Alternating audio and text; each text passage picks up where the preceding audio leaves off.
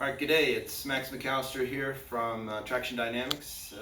Wanted to come to you and talk to you about dispelling some myths around tying your motorcycle down. So people seem to have opposing opinions about this, and they say you can't tie a bike down by anything related to the handlebars on it. There's entire companies that have products that have been used on motorcycles for decades now that involve tying the handlebars down. The handlebars don't bend, break, snap off, or anything like you keep reading about or people suggest will happen on the internet. And we had a bike here the other day, a 2018 Goldwing, that the steering crown loosened up on. I know lots of people that have trailered their bikes by the handlebars tied down, including ours and several others. And I've had no problem with the steering crown nut coming loose. So people have suggested that that's just, you can't do that or else you'll damage the motorcycle. So even that motorcycle had no damage, but the nut had come loose. Now, it's my opinion that that nut just wasn't properly torqued at the factory. So just to I wanted to come up with some ways to quantify what is the pressure you put on your handlebar when you tie your bike down. Now, as far as I'm concerned, far more pressure and force is going to be put on your motorcycle under routine use, such as braking, and particularly two up. So there's going to be basically the entire body mass of two adults pushing against the handlebars when you brake, either with significant force or in any emergency situation for sure. General accelerations, you're under acceleration, you're pulling back. Under stopping, you're pushing on the bar all day long. And then a constant twisting input to get the bike to initiate its turns. So constant motion of all forms in all directions, up and down, left and right on the bike, bumps jostling it. We did kind of think that there is one anomaly that's related to this Goldwing, in that on a normal telescopic fork bike there's two forks on the outside of the triple clamp supporting it, but still, as far as I'm concerned, that crown nut shouldn't come loose by tying the bike down. So I wanted to quantify that. So we're just going to simulate this is a bike in a trailer. We're holding it by the chalk just so I can demonstrate it. You don't have to have it held in a chalk. A lot of people do, just it's an extra security measure. But millions of motorcycles are trailered, trucked, and towed all around the world every day with a pair of tie straps to hold them down by the handlebars or the forks or any of that stuff. You're not going to damage your bike. So kind of want to demonstrate some of that. So, and the way we're going to do that is with a handy deer hunter scale here, which I found, I'm going to tie between the handlebar of the motorcycle. We're going to simulate the product most commonly used called a canyon dancer. Everybody knows about them. Millions of them exist around the world. It's a great quality product. I'm not using it here just because this is a demonstration only. So tying the weight down by the edge of the handlebar like you would on a normal bike. You kind of come around. Same thing here. So these tie downs have the slack out of them at the moment. And I'm going to do just like anybody would do, rock the bike and compress the suspension. And mind you, this bike has an aftermarket shock on it, as you may sure guess, and the spring rate on this is much higher than you would find on a stock bike.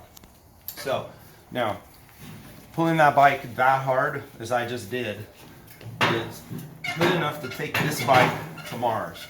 Now, some people will put ratchet straps on the bike, and that's where trouble can arise. So they'll take a ratchet strap and go compress the suspension all the way down until it bottoms out, and then they'll take and keep going, and then that's possibly where you can damage the handlebars of the bike.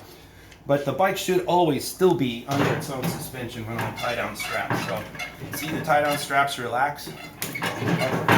That's normal. You just want to take the slack out of the suspension. It should be tight. But so here's what you're looking at. 85 pounds of pressure on the bike. All right. Now I'm going to simulate, this is your bike in a trailer. You're going down We're now going down the worst road you're ever gonna ride. You know.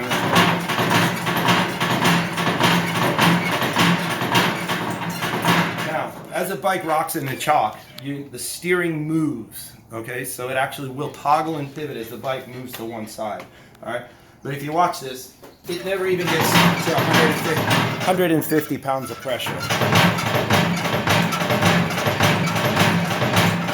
Okay, that's with 2 tie-down straps. Nobody's going to put a Goldwing on a trailer and drive to California from Georgia with 2 tie-down straps on it. So now let's look when we just put 2 more straps on it. I'm just going to put a strap here to that. Another one similarly on the other side. This is just for convenience. You might find your own way of doing this. Just push on the bike, take the slack out of suspension. That's all that's really required. Right. So now look what's happened to the bike.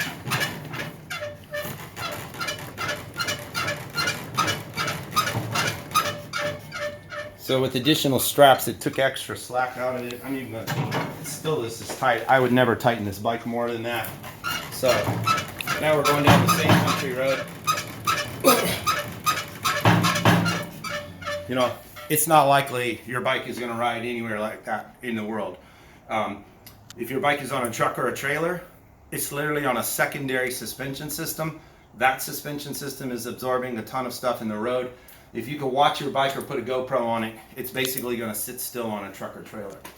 But so people say, you know, oh, you're going to bend or break the handlebars. That's just, I don't believe that's true. So let's put that whole theory to the test here. Let's just see what kind of weight we can put on these handlebars.